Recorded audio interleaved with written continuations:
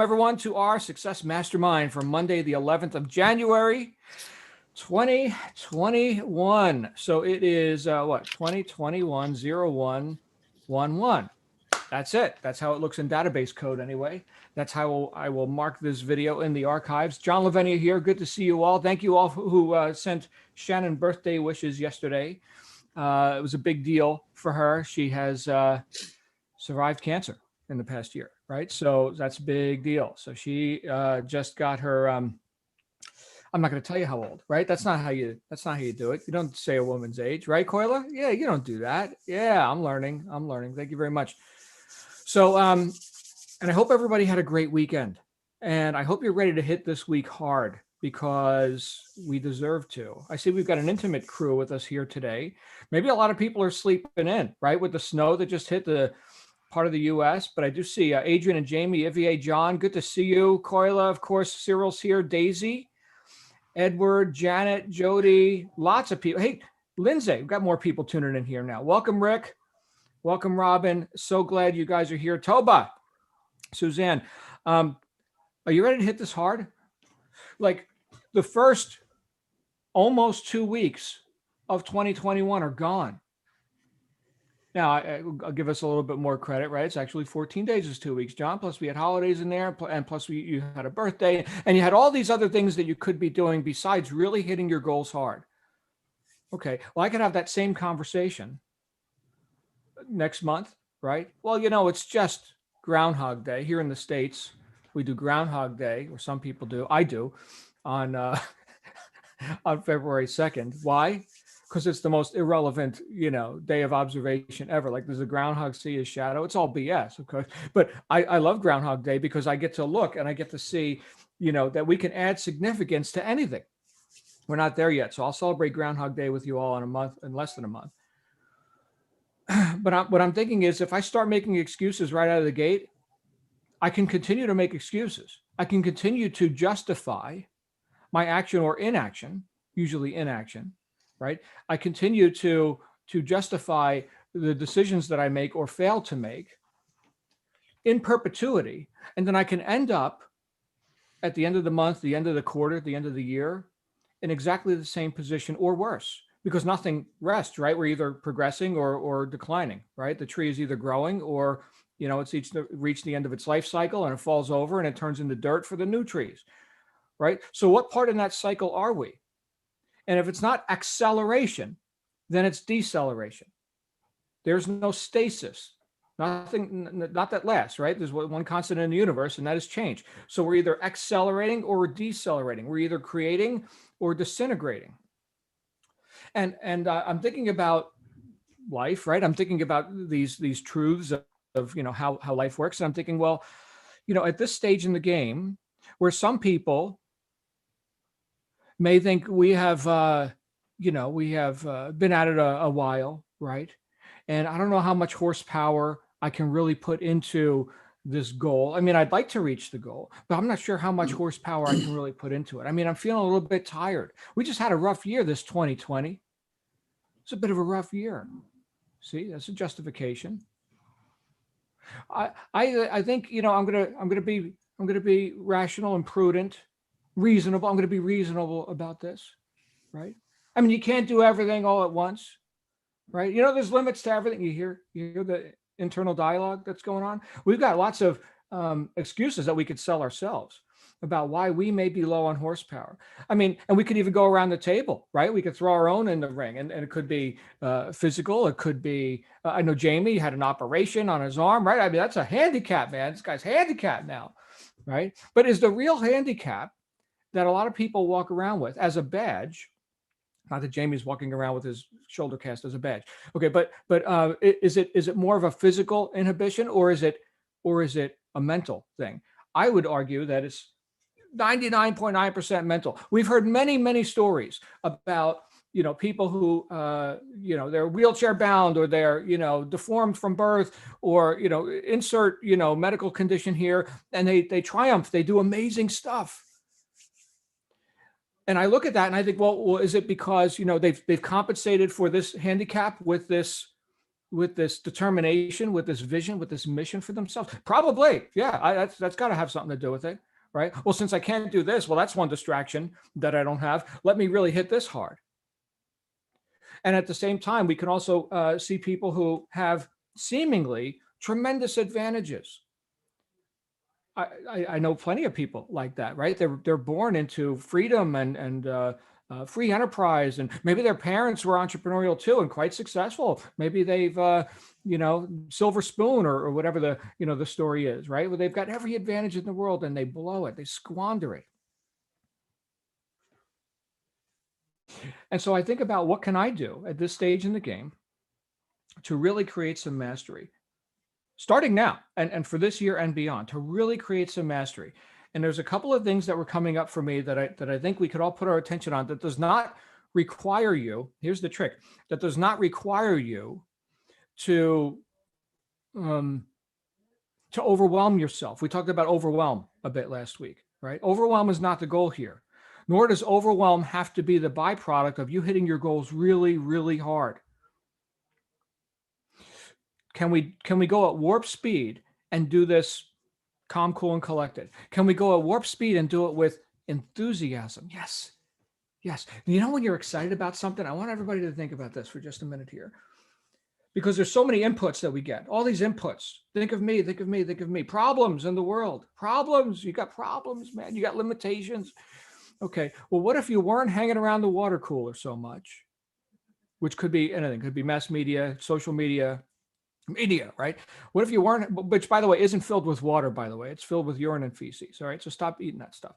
But let's say you stopped hanging around the water cooler and you just decided for yourself what you're going to think about right now. I want you to think about something that's so exciting to you, like reaching this goal. And it could be a financial goal, could be a fitness goal, could be in your relationships. The easily measured goals are better to start with, I think, because you can quantify it and you can objectively look and say, okay, well, this amount of money, whatever that happens to be, $50,000 a month, that's the goal. Okay, why? I want you to think, now that you're making, and I don't want to put words in your mouth, that's not your goal, fill in the blank with whatever amount or quantifiable goal there is. Once you've hit that goal, once you've hit that target, okay, in whatever amount of time it takes, but once you have, what does that buy you? What is the reality that you will be living at that point? Now, this may sound a bit mundane, but I'm going to tell you, and I've told many of you this story before. When I first started becoming successful in business for myself and transitioning out of the job that was actually killing me, the job sucked, right? I was working 80 hours a week. I was making $100,000 a year. I wanted to make double that, right? And I could never do it. Always hitting that corporate glass ceiling.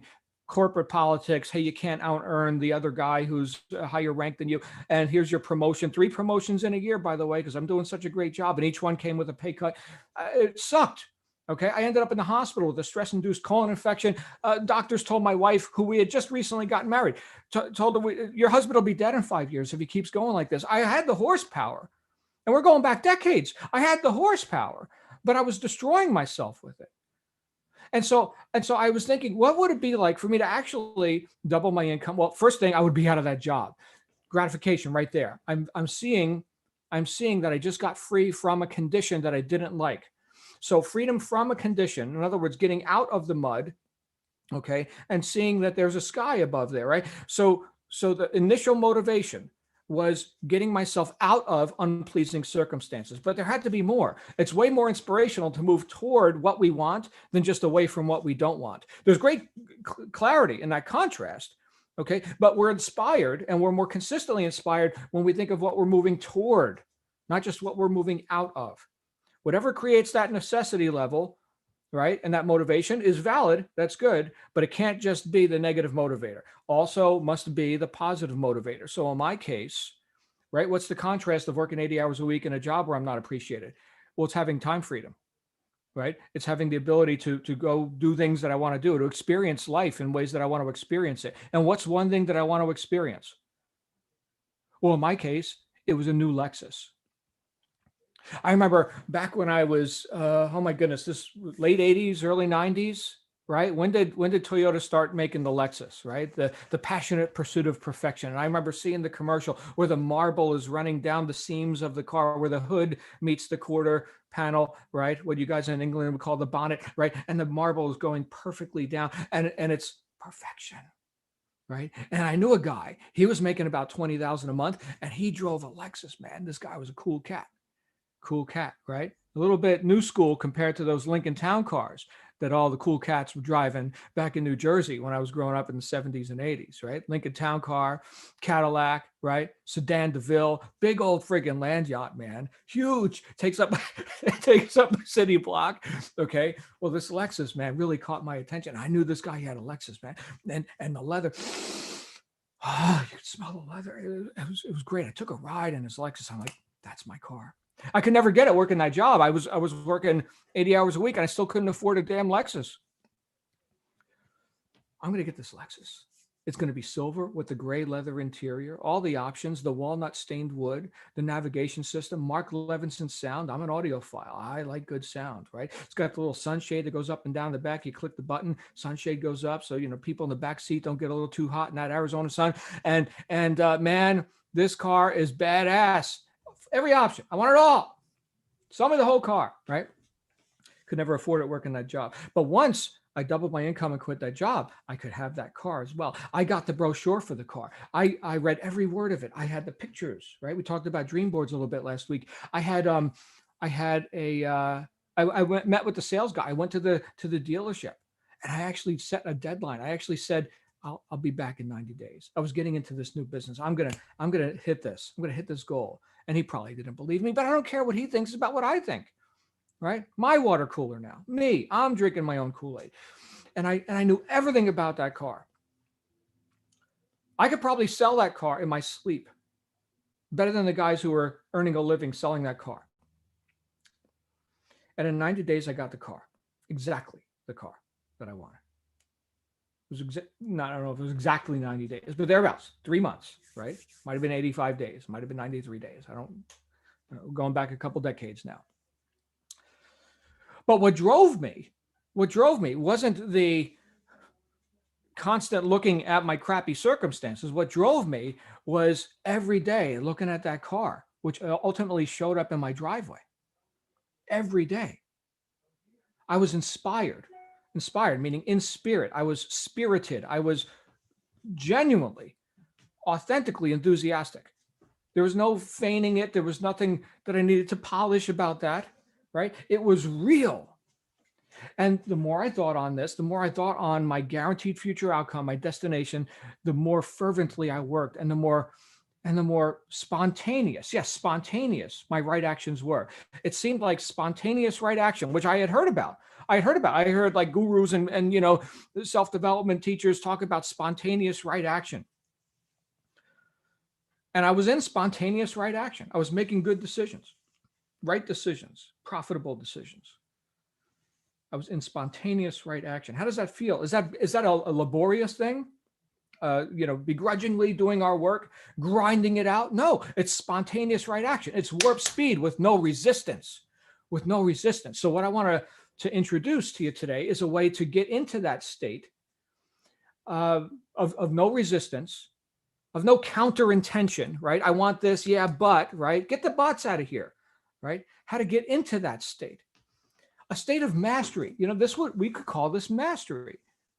That's what we could call this. And I think you're all masters of something, or at least have the potential to be, right? I think we're all that. So you've been given some unique talent or ability or expression of talent that nobody else on the planet has. Only you. There's only one.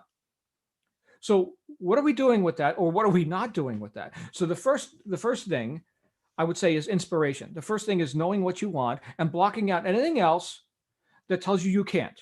All the water cooler chatter, all the media, right? So blocking that out and thinking for yourself and thinking, I will not be denied this, and make it one thing. People have like 10 million goals, and you can have more than one goal, okay? But what's the one thing you refuse to live without?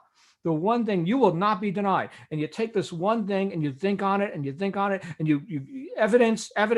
Look, there's the brochure. Look, they're building these cars. They're called Lexus. And do they build them just for other people, or did they build one for you? I don't know. Only you can answer that question. Okay, so what color is it? What how's the leather smell? Right? Is it the wood steering wheel? Yeah, all of it, all the details, whatever your goal is, all the details, and be inspired by the reality of that. That already exists. It already exists in the world. You don't have to go invent Lexus. Somebody else did that. Okay, great. So that already exists, and I can have it too. And I can have it too. Right now, I will say there's got to be some air of believability to it. Right. If right now, it's a you're thinking private jet, right? But you're only making 100,000 a year or something. That's a pretty far stretch. Okay. So what would be an incremental goal on the way to the private jet? Right. So have something. I like shorter term. I don't like only thinking on the end result 5-10 years from now. That's good and valid. Okay. But what is something that you will achieve en route to that 10-year goal or whatever it is? Okay. And not saying you can't do it faster. Okay. But I'm just saying it's got to be achievable in our mind. Right. And it's got to be relevant to us. So this isn't what your friends think you should want. This is what you want for yourself. It's relevant to you. No one can set this goal but yourself, right? So it's something that inspires you. It's relevant to you. It's achievable by you.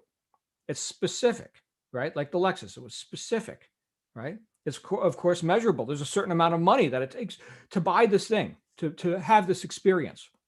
All goals should be experiential goals, right? It wasn't just buying the Lexus; it was the experience of owning and driving the Lexus, right? That's it, right? It's a piece of metal in the world, right? But the experience was the goal that I was looking for, and connecting with that relevance, right? Connecting with that, and then so I'm inspired. Then the next thing is, it's another I word. It's intent. And we've talked about this before, our intention. So I'm inspired by this thing, and now I intend to have it. I intend to have it. Without intent, we clearly don't act, right? What is motivation? Motivation is the willingness to act, the intent to have an effect in some way, right? I am motivated because I intend to have this effect. And where the problems start for myself, right, is where I have this intention, and then I have a counter intention. I've got this idea of what I want, and then I've got all these reasons why I can't. I've got all these suggestions, all these inputs telling me that I can't. Real or imagined, right? But still, if we're dealing with the mind and that which most often handicaps us, the imagination can be our best friend or our worst enemy. So all these imagined problems, I can destroy myself daily destruction, which leads me to the next thing. So we got inspiration, we got intent. Okay. The next thing is consistency. Consistency.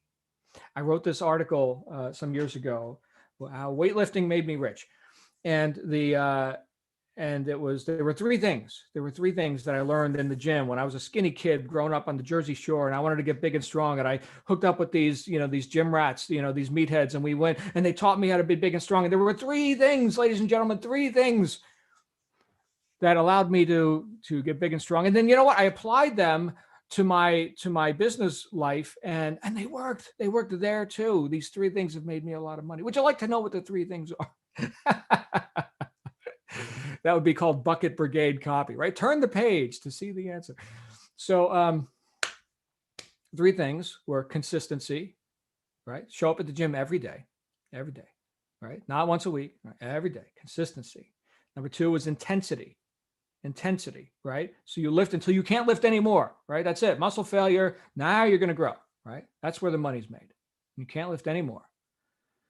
And number three was variety or diversity, right? You don't just do arm curls every day, right? You got to do squats, got to do press, you do lots of different things, right? If you're going to have a complete body here, not just big arms, right? So consistency, intensity, and diversity or variety.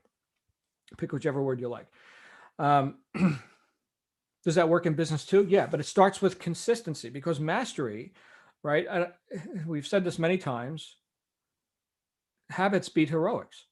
Habits beat heroics. Okay, so what does that mean? That means consistently consistent, right? Like I don't even have to think about it anymore. And the reason I don't have to think about it anymore is because my intent to actually achieve this goal is there, and I'm inspired to do it in the first place. Therefore, I'm consistent. So you see where this idea of force or willpower comes in, where people think I got to force myself to start taking more resourceful actions. I've been such a loser up to this point. Oh my goodness, I've been so wrong, and now I must force myself. Damn it! Oh, no, we're looking in the rearview mirror in that case. We're looking and saying, this is where I've been, this is where I've been, this is where I've been. What a lawbreaker, what a loser, how insufficient I've been. And we can turn that around now and we could say, well, you know what? Because I'm inspired and I intend to actually achieve this goal, I am now a different person. When people look at the fitness magazine and they see the beautifully sculpted body, right, that is looking toward what we want, instead of just looking in the mirror at what we had before. So that's why I say it's much more inspirational to move towards what we want than out of what we don't want. So read the damn fitness magazine. Look at the pictures in the Lexus brochure. Do something, right, to fill your mind with where you're going, the guaranteed future outcome. And we find that we are consistently taking what? Right action, spontaneous right action, not out of force and not out of overwhelm, but we're getting so much more done in less time. So much more done because we're not fighting with ourselves friggin' constantly. Oh, should I, shouldn't I? Should I, shouldn't I? Right? All this counter intention, all this indecision, all this doubt and fear and worry. Will there be problems along the way? Fine. Are you going to have any effect on those problems by worrying about them? No. What did Mark Twain said? I've had thousands of problems in my life, most of which never actually happened. Okay, great. So let's just move with full intention, no counter intention, full intention. Eye on the target. I see only my objective. The obstacles must yield. I'm getting the damn car, the ideal body, the whatever it is. And we're going faster and faster. And we're doing that consistently to the point where you don't even notice it anymore. It's like, I got a client that needs a phone call. I don't even think about it. Some people, like in phone sales, right? They get all nervous. Oh, I got to pick up the phone. The phone weighs 1,000 pounds. Why? They're not consistent. They don't know where they're going, nor do they have the intent and the confidence, the certainty that they are going to provide that best solution for that client. So the phone weighs 1,000 pounds. But you get into providing solutions for people, if that's your line of work, and that's all of our line of work to some degree or another, right? Producing a solution to a problem that the customer has. Okay, well then you just, with confidence and again with intent, you go ahead and in an easily relaxed warp speed kind of a situation, you're in spontaneous right action. They ask a question, you got the answer. They throw an objection, you overcome it immediately because there's no counter intention to that. It's an easy flowing experience, but it can't be done once in a while. It's got to be consistent. And then we look back. Okay, we're talking about mastery here, right? We look back and we say, these results are remarkably better than the ones I was getting before. How can I make them even better? So that brings us to the next stage of it, consistency, and then kind of like sharpening the saw. We're reading Steve Covey's 7 Habits of Highly Effective People. We're sharpening the saw. That is the 7th habit of highly effective people, right? Which enhances the other 6. So how can I make my stats 5% better, 1% better, any better, right? How can I get better? Just before I got on with you guys here today, I was studying some material from a great salesperson. He's doing very well, and everything he was talking about, and I haven't been exposed a whole lot to this person's material, but everything he's talking about is like, I know it, but I'm not doing it. I know it, right? And so I'm a few decades down the road, in that field, right? That's my area of expertise. But I was thinking, I was getting a lot of validation, a lot of agreement. Okay, not that that's the whole point of all this, is that you get to agree with stuff, but I was agreeing a lot with what the presenter was saying, and I guess it was an acknowledgement of, yeah, John, that's why you've done well in this field. But at the same time, I'm quite open to learning new stuff, different angles, right? Little nuances.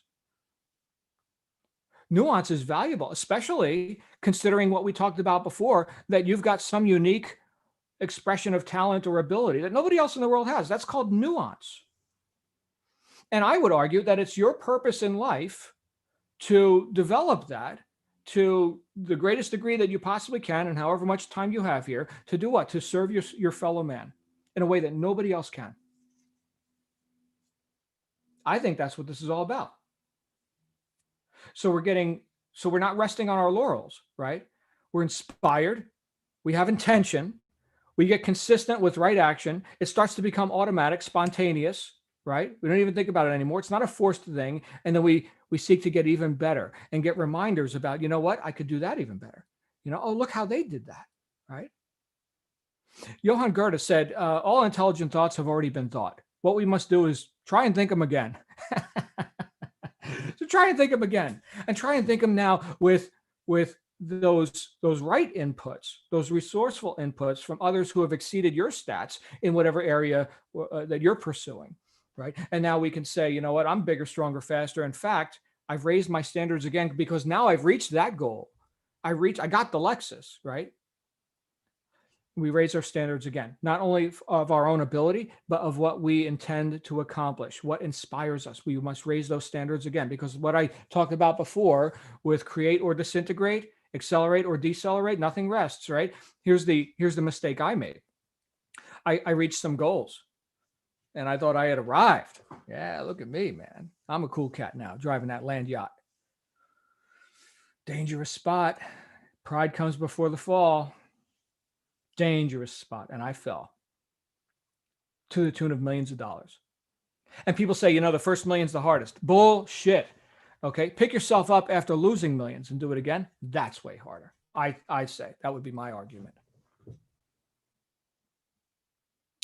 So whether you've had a pleasing 2020 or the last 5 years, I don't know, fill in the blank with whatever time period you're looking at and assessing yourself against, right? Whether that's been pleasing or not pleasing, whether that's you've made progress or you've regressed or whatever, can we look forward and can we make haste and can we hit this thing so damn hard, this thing meaning your goal, which you've decided for yourself, which is relevant and that inspires you and that you've never reached before. Can we hit this so hard because it inspires you, because it's fun, and next thing you know, you're working, like my friend Grant Cardone says, 10x, like whatever you think it's going to take to do that, you do 10 times as much and you don't care. And it doesn't feel like work because you're just hitting it so hard and you love it. You love it. Can you get into that state? Find something where you can get into that flow, that state, that speed, that intensity, that you'll be consistent and you'll diversify with new ideas because you're sharpening the saw. Consistency, intensity, and diversity. Right? And it's not a forced thing. That's the whole point of all this. It's not forced. It's inspired. I got to shut up here in a second. Dr. David Hawkins wrote the book Power versus Force, where he delineated the difference between being forceful and being powerful, right? Completely different scenario, completely different mindset, completely different emotional state. Think about the word enthusiasm, right? Just think about that word and how you're enthusiastic in your life, how you could demonstrate enthusiasm. Entheos, right? That's where that word comes from, enthusiastic. Think about that and see how fast you can go and how intensely and consistently and in many different ways you can hit these goals and do it probably in less time than you expected. Because I think a lot of people, myself, give ourselves way too much time. Why? Well, that was my level of performance yesterday, right? I'm the same guy. There's limits to everything. Oh, here we go again. Here we go. All right. Tighten it up. I love you guys. That was what was inspiring me today as I considered, what is these people who I love here in this group. What is this group all about? Well, it's about making spectacles of ourselves, right? We can do that quickly. I'll shut up after I say this. I heard a guy say, oh, people don't want like a get rich quick scheme and stuff like that. He said, well, there's only one way to get rich, and that's quick. Okay. So perspective on that. I'm going to shut up now. We do have a bunch of people here who could be raising their hands right now, and I'm going to go ahead and start listening to you. So what do you guys think about this? Inspiration, inspired, consistent, intense, and diverse action towards known goals that inspire you, not forced, right? Nobody, nothing. Just me. I'm the only one inspired here today. What inspires you? Rick, what is inspiring you right now that you can do? Whoa, well, that's not where I was going to go, but no, I just need to be reminded on a daily basis to just keep pushing forward and go back and look at what I said I was going to do and remind myself that there is a goal out there and stop that negative chatter in my mind, because that's a constant battle for me, is what I know I should do, but that negative side on my other shoulder saying, "No, you can't do that. Now, don't do that. Hey, go watch a football game. Go take a break. Go get a coffee. Go, you know." I just have to keep reminding myself to put that on mute. Mm, right, right. So it's real for you then. What we were just talking about. That's a real thing. Absolutely, beyond a shadow of a doubt. Right. Okay. Good for identifying that, right? We can't solve a problem if we can't confront the problem. And if something isn't real to me, it's like I can't relate to that. I can't fix that, right? So I see this in my own life, which what reveals that we're not that unique, right? We're all dealing with the same stuff, the same tools, right? We're not that unique. Can we get mentoring? We can, right? So Cyril and then Mark. Hey Cyril, you got your hand up. What's going on, brother? You gonna do a dance for us? Where's Cyril? Let's get Cyril out here. By the way, the raise your hand feature, if you just updated Zoom, is now under reactions instead of under the participants list. Cyril, can we get you unmuted? We're having a technical difficulty here. Yeah, There he is. it's a great one today. You made me just assess myself again, as you do, which is great. And I realized that actually that is one of the problems I have, apart from actually just some of the day-to-day stuff, but the goal. And because I think I train generally when I make a decision to do something, I just get on with it. But what I do find is that on some longer term goals are harder to do. And one of the things missing is I haven't learnt how to motivate myself well enough, because the normal things that motivate a lot of other people don't always motivate me. Money doesn't really, for some reason, has never really done it, although it is there, but it's nowhere near as high. So I mean, but the thing that I've just been thinking about that I remember going through a while back was the holiday where I take my friends on holiday. And spending time with them, and that one keeps growing in my head when I think about it. I think so. Thank you for reminding me to find what motivates me, because I have inconsistency is one problem I have got to deal more with, and but you've just reiterated that some of the inconsistency is down to not being able to motivate myself well enough to find the right goals that will do that. So thank you. Oh, well, thank you, Cyril. And thank you for keep showing up. Look, we've got people who consistently show up in this conversation. Cyril's one of them. I'm obviously one of them, right? Because consistency, this is so key. Personal development. I think Zig Ziglar said that personal development is a daily game. I'm paraphrasing him now. But this isn't something where, your batteries stay charged forever. Thank you, Cyril. So glad you're here. Let's go to Mark and then Jamie. What's up, Mark? Hey, John, this is a great topic this morning. What came to my mind very quickly was the idea of remaining in that uncomfortable zone. And I too, as Rich had mentioned, and to piggyback on Cyril, sometimes I let myself get to that point and just kind of go with the flow instead of kind of staying focused. And there are a couple other things that that get in the way with that too. The everyday distractions, the competing priorities. So I need to also practice what I'd call like selective disobedience or hearing, so I can stay focused on the priorities and or the milestones and goals that I have. And that's as you say, it's an everyday effort on my part, and that's I'm getting better at it, and I am consistent in this group, but I need to be consistent across the board in many more things. I think consistency and just kind of staying in that sort of uncomfortable area and always pushing forward, that will keep me moving forward. So, Let me ask you this, Mark. Yeah. The word push has come up a few times in this conversation. Does that feel good? Like I'd when you say think that about you the gotta pushing, push.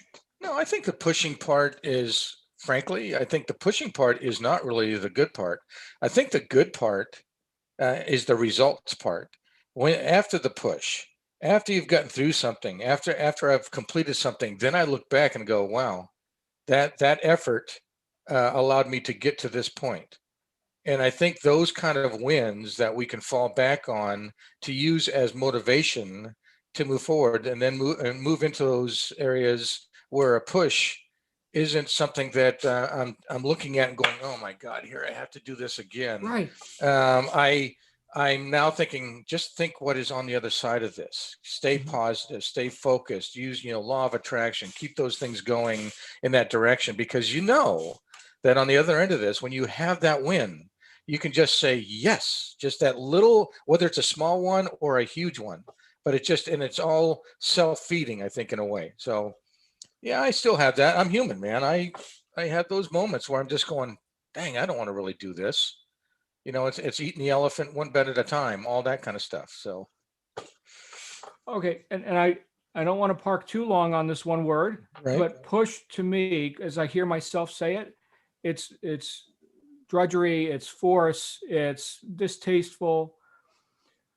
The word that just came up for me was run. So instead of pushing through obstacles, I'm running toward my goal. Okay. Run is, I'm not telling you this is for you, this is for me. Or you do whatever you want with this. But if I'm thinking, I'm running through obstacles towards my goal, that to me, just that word feels different than the push, the drudgery. For me, that there's connotations, and it's just meaning that I added to it, right? I'm not saying it's real, it's just my reality. That now I got to push, and it sucks, right? So no, the suck isn't as in focus when I'm running toward my goal. Yeah, I agree with you. And when I go to John. the gym, one other idea, when I go to the gym, I may be pushing weights, but it doesn't feel like work. Oh, it's bodily. It is. It's work, right? It's the definition of work. It's on purpose action, but it doesn't feel like work because I'm doing it voluntarily because I'm thinking of big, strong muscles. Your thoughts, Mark? Yeah, and I think just what you said there, it's taking the switch and going, hey, change that word, change that thought process, use a different word to exude a different feeling or a different thought about how one is, how you're going to pursue this. I think run, that's a much better word. How it gears my thought process forward as opposed to saying push. I get that. That makes a lot of sense. Okay. Thanks. Okay. Well, yeah, in modern times, we're typically not running from saber-toothed cats and things like that. Maybe run was a real bad word, a couple million years ago. But right now, that's like something you voluntarily do. In fact, who does that, right? Runners, people who are like into running and fitness and stuff. Well, shit, sign me up for that then, man. I'm going to run. Okay. All right. I'm just thinking of the words now. And one little tweak, I don't know, that could be it. Jamie, help me. Save me, Jamie. Runners don't run from the start line; they run to the finish line. That's it. Yeah. Right. So, and I'll go back to, and I'm gonna spin that word pushback on you. You just mentioned being in the gym. You don't necessarily have negative connotations to your partner. I mean, 9 times pre-COVID, you're in the gym. You're usually lifting with a partner, right? So, how many times have you been lifting? You're benching. You're doing whatever. Somebody's screaming at you to push, and you don't equate that to negativity.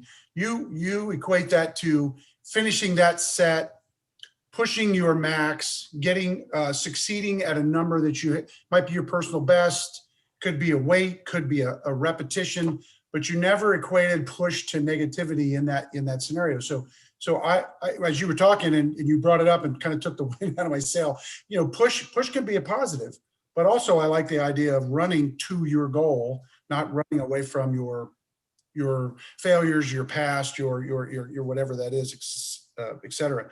But I might even just write that down and put it on my wall. You're not running from the start line, you're running to the finish line. Another path I want to go down that real quick is, you talk about motivation. I find myself as I get older, but I used to say when I was younger, I was going, oh, I'll get to that. I got plenty of time. Now it's flipped and I'm going, I don't know if I have enough time to do that. I don't know if I can get that done in the time frame preconceived in my head. The end of my life could be tomorrow, could be this afternoon, could be 30 years from now. So I find myself fighting this. I can't do that. I don't have enough time. Well, that's bullshit, right? I mean, the motivation is, the push is, you've got time. You have to motivate yourself, push yourself to that end goal, right? Not necessarily the end, but the goal, as opposed to, that's an excuse, right? Oh, I don't have enough time. It's an excuse. It's just an excuse. And so you tend to, you back off, you come off the gas and you tap the brake. And that for me is not, and I find myself, I have to talk myself out of that a lot. So I look at the word push and I get on here every day or as often as I can. And I'm pushed into, as Mark just said, a comfort zone you're not used to, but it's a positive reinforcement for me to get pushed into get pushed into my comfort zone, into being uncomfortable, because that's what I find where I'm the most successful. Beautiful. And again, sorry to park on this one word, but when I think of push, I think push against something, force. And I think run, I think there is no resistance. I'm running. So it's more of like a flowing experience for me. Now, if I'm running up a hill, like I'm climbing Camelback Mountain, it's me versus gravity, it's up and it's pretty grueling. Okay. But still there's nothing stopping me. There's nothing holding me back. So all valid ideas. And look, whatever gets us past our own story about why we can't, that's, I think, the trick. Whatever gets me free of my own story about why I can't, that's the problem. My story about why I can't. I love you, Jamie. Thank you, man. How's the shoulder, by the way? Feeling good? Yeah. Yep. Yes. Thanks for asking. Yep. My pleasure. Let's go back to Cyril and then Coyle and Glenn. Hey, Cyril has got the floor again. Sorry. Hi guys. Actually, Mark's thinking just provoked something I've read a lot in some of the sales books and in terms of psychology of selling, and that I wanted to interject in that argument of the push me, pull you, is the psychology of selling tends to use both sides of the equation in terms of what don't you want as well as what do you want. Because if you listen to a lot of sales pitches, they particularly you look at adverts in particular, and they're always telling you the bad side because they're pushing you to go and buy them or whatever. So it's an interesting. I'm not saying use the negative. What I'm saying is that it is a pitch that's used against us as buying public that happens all the time. And it's an interesting idea that they're using against us. So it might be an interesting position to know what you're walking away or running away from as well, just as an idea. That's all. It's not that one has to do it. I'm just saying it's being used against you all the time. So it's an interesting idea to use for yourself rather than being had at you. Thank you. You mean like problem solution? We lost Cyril. Yeah. So problem solution is exactly. Simply, yeah, the problem solution. Okay. But it often, for example, I mean, the thing I've been seeing a lot of recently is the hand gels, or for example, bleach for the toilet, or sorry, the toilet cleaner, where they're classically using, apart from the blinding with science idea, they're also using the frightening those people who are afraid of germphobes and so on, and thereafter, in terms of pushing them to go and buy it, where in reality the one they currently use is probably good enough and is doing the job that they need already. So it's interesting. We get manipulated all the time in these ways. Well, if it wasn't real for you, if the problem that was being presented isn't real for you, then you would have no emotional buy-in to it, nor would you accept their offer. So, yeah, so I'm not I'm not saying that it's not necessarily valid from a point of view. I'm just saying that it's an interesting idea to have as a baseline in terms of what you want to move away from. In terms of what it's just an idea, that's all. I'm not That's right. posing as a necessary edict. It's just the fact that people use it. We use as salespeople. We tend the idea is that we use that, but also then we can utilize that within ourselves as well if necessary. Very good. Thank you, Cyril. As always, let's go to Coila up there in the island off of Scotland, and then Glenn, then Therese. Hey, Coila. Up here on the island off of Scotland, that's not knee deep in snow, but is knee deep in mud. You're in the Gulf Stream. Yes, that's right. Sitting in the Gulf Stream. Yeah, idyllic. Yeah, I'm kind of going off in a slightly different direction here in that, yeah, we all have things that we're good at, and sometimes we don't know what they are, and sometimes we do know what they are, and sometimes we're still discovering what they are. And sometimes we have to plow through mud in order to get to doing something that we can relate to. So my spur, as you were talking about, of doing something different was getting away from jobs I really hated, that really paid badly, and that wrecked my body. And I wanted to move towards something that I found rewarding. So I now have a job that uses my talents and is rewarding, and that's good. But what I did learn while I was doing the jobs that were really not fun and were wrecking my body is that you can use your mind to push you through things that you really, really don't want to do. I'm not suggesting one should have to do things that you really don't want to do, but sometimes on the way to the thing that you really want, you have to go through a lot of things that you maybe don't want to do. And it is a question of mind over body, really. And just do one more, do 10 minutes more, do half an hour more. You're nearly there. Oh, look, I've made it. That was easier than I thought it was going to be, because we build things up into a mountain in our heads. So it's the eat the elephant, I suppose, and going up the mountain one step at a time and all of that. If you just concentrate on the next little bit, the next little bit, the next little bit, you get to the end. That's it. Thank you, Coila. And that's the voice of experience right there. So thank you for sharing with us. Yeah, there are going to be some times where we have to get through the mud. Pun intended. All right, let's go to Glenn and then Teresa and then Elmer. What's up, Glenn? Yo, good morning, John. Good morning. Feeling great. And this was you punched me in the face a while ago on this topic, so I don't have a new bruise. I'm But just I punching do have myself. You just keep standing so close, you know. So.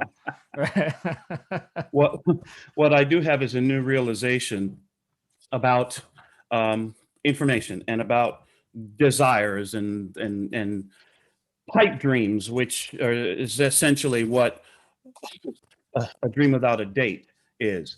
And the realization that I've recently come to is that anything I talk about that I want without putting a timetable and a plan and action behind it is just so much bullshit cluttering up my brain. So some of you may have noticed that I've left the camera a couple times, left the screen a couple times in the last few minutes. What I was doing is pasting up on the walls in the office the one thing that I must have in the next 90 days. I think I mentioned, I'm on a 90-day run. It is now underway, and I have posted on the walls the one thing which I must have, which I will have. It's done in the 90 days. I put it up so that no matter what direction I look in my office, I see it.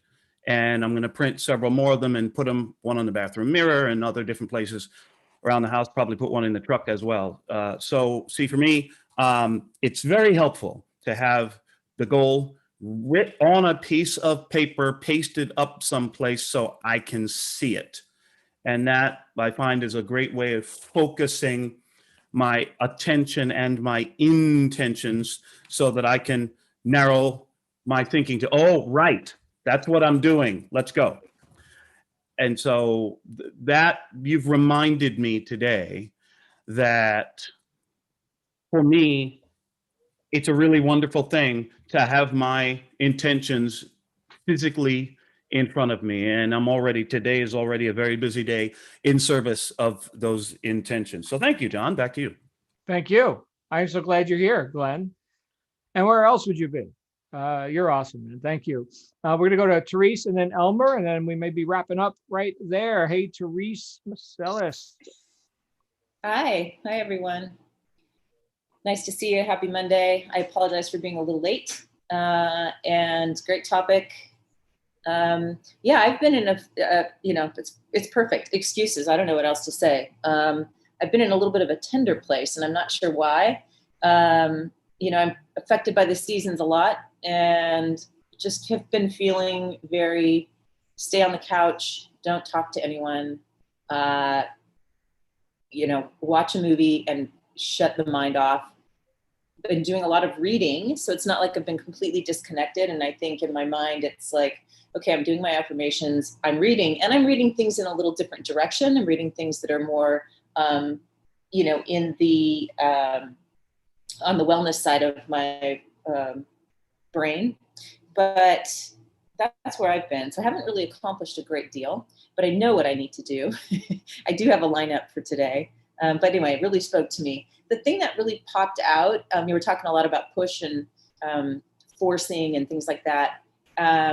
What I always, refer back to is nature. And what I love about nature is when the wind needs to blow strong, or when the wind blows strong and it blows the branches of the tree or against the tree needs that for the roots to grow deeper. And in some cases, they'll even grow wider. And in some cases, they'll connect to the neighboring trees, which in my mind was the gang, all of you. And what happens is it's for stabilization, and so that the trees can grow taller. And so, I don't know, I just wanted to leave with that, because I definitely feel like I needed this morning, and you guys are a part of my root system. So thank you. Thank you, Therese. I think that's a great metaphor as well, because the trees don't have any worry or consideration or anticipation of wind and force acting against them, right? They're going to get it anyway, whether they think about it or not, right? So let's just grow. Yeah. The other thing that came to my mind also was a little bit of like that active release therapy, because I know we always go to, I go to exercise or fitness as well. And, when you have you have pain or stiffness in a muscle, it's usually adhesions, right? From all the force and the pushing and the stress that you put on. So adhesions will happen, right? So you'll get lactic acid built up, or adhesions between the layer of the skin and the muscle, and it limits our movement, which is a little bit like what we're talking about. We get a little bit frozen where we are, or we get stuck with an obstacle. And, but that can't happen without force. So I think, I'm not sure, we have to get past it. We have to break it down, right? So I don't know, that came to mind too. I'm not sure. Yeah. Well, as an integrative nutrition expert, I'm sure you've looked into things like arthritis, and which is a stop, right? That's a stopped condition of the flow, right? And how our emotional and psychological state can actually affect that. Right. Interesting stuff. I've done a bit of study in that. Inflammation. Yeah. Sometimes we have inflammation. We have to move through it. Mm-hmm. Thanks, John. Yeah. My pleasure. All right, we got Elmer and then Virginia, and then we're going to wrap up. Hey, Elmer, what's going on? Hey, John. Hey, everyone. Happy Monday. Thank you for the How's your topic. awesome rhino wife doing? Oh, she's good. She's good. She's pushing through. Yeah. But yeah, great topic. There's been so many things that came to mind. Both even in terms of that whole push-pull context, and just word associations, and in terms of inspiration. And sometimes we're a little bit scared or anxious about putting inspirations down on paper, and even just approaching them. And in the course of this year, I've found, or I don't know whether it was here or somewhere else, and in terms of being anxious about something, or anxious about your limiting beliefs, or just beliefs in general, somebody told me to just switch anxious with excitement, because in reality, physiologically, the chemical emotions of the body, they're actually the same for both anxiety and excitement. And if you sort of reframe your mind to just think, oh, rather that I'm anxious to more I'm excited, will sort of help reframe everything. And I think that's, a good tip that I had learned throughout this year, especially in 2020. So I just wanted to leave with that more scientific tidbits. Awesome. Thank you, Elmer. And yeah, anxiety is not pleasing. At least for me, it's not. Excitement is. So great tip there, Elmer. And we're going to wrap up with Virginia Pipitone, the Cookie Master. Where's Virginia? Let's get Virginia out here. Virginia, you're up. Sorry, I'm very much multitasking on multiple screens here, so I had to get back to you so I could unmute you. I just want to say that I have been planning and letting my company know that I plan on stepping down from my current role and so much that I do as a home healthcare case manager, supervisor, blah, blah, blah. And I've given them the timeline on May. So that's kind of really pushing me to make sure that I've got everything in line. And on that note, last week, I said, I need to take a week's vacation. And I have the time, not go anywhere. Seriously, not even go anywhere. I just need to focus on my business. And while I could maybe take and say, oh, well, I'll just take time off on Fridays or something, that doesn't give you enough time. You just barely scratch the surface. So I've already put in for the last week of January, and my whole plan is all the stuff I've already paid for, the heliums, the blue sky, the rocket launcher, all these courses and other workshops that, oh yes, give me your recordings for life. I'll spend $100 on that. And they're just sitting there, So I'm gonna just take that whole week and focus on my next projects, which are already in my mind.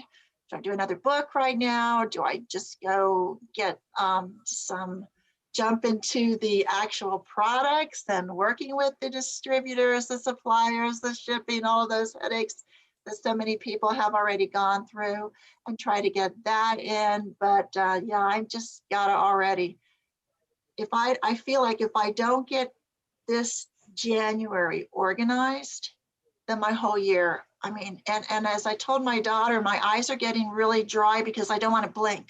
I'm scared if I blink, when I open my eyes again, it'll be 2022, because that's how fast 2020 went. We blinked, pum, and it's just, so I'm just really trying to get and do some of Shannon's advice, and also the book 7 Habits that we're going to be reviewing, I guess, tonight. I'm kind of ahead on that, and the only way I can do that is if I do the audiobook. I can't do reading books, it just doesn't happen. So I'm doing the audiobooks and looking at the different quadrants. Is this really important? Do I have to make sure this is really not important and it really doesn't affect anybody? Quadrant takes up my time. Let me just focus on this top quadrant that he talks about, that this is important, this needs to happen. Let me get that, and let me let some of the other stuff go. I think with somebody, Jamie or somebody commenting on, maybe it was Glenn, commenting on, do I really have to spend my time in that area? Right. So yeah, anyway, getting good at saying no to apparent urgencies that aren't important, So that's what we're going to be talking about tonight. And I'm glad you're doing the audiobook, assuming that it's unabridged and read by the author. That's yeah, that's good. I do that when I'm working out sometimes. So I've got the written text, and I've also got the reinforcement of the spoken word. So Virginia, yeah, stick close with Shannon too. She knows stuff. Yeah, I paid for one of her courses. I'm like, I really got to spend time on that. So we keep going forward and adding more information and knowledge that we want to take advantage of, but I don't always have the time to actually look at what I'm paying for. Well, Shannon's going to show you, and I believe is showing you, how to create some leverage with that. So not only thinking bigger, but acting bigger, and doing it in such a way where you don't have to do everything yourself. Right. Which has been a tough one for me. Right. I can tell you a story about how I grew up and blah, blah, blah. But anyway, we get the point. I will see you guys again real soon. We're at the top of the hour. We do have an announcement, and that is that e-commerce work group is now at 3 p.m. Eastern US time, add 5 hours for England. And that is moving forward. So it is now officially at 3 p.m. Eastern US time. So that is, we got about an hour, right? So if you want to get together in a hospitality suite, that's cool. And then e-commerce work group. Also, book study, 9 p.m. Eastern tonight. So I will see you guys there. Make it a great day. You absolutely deserve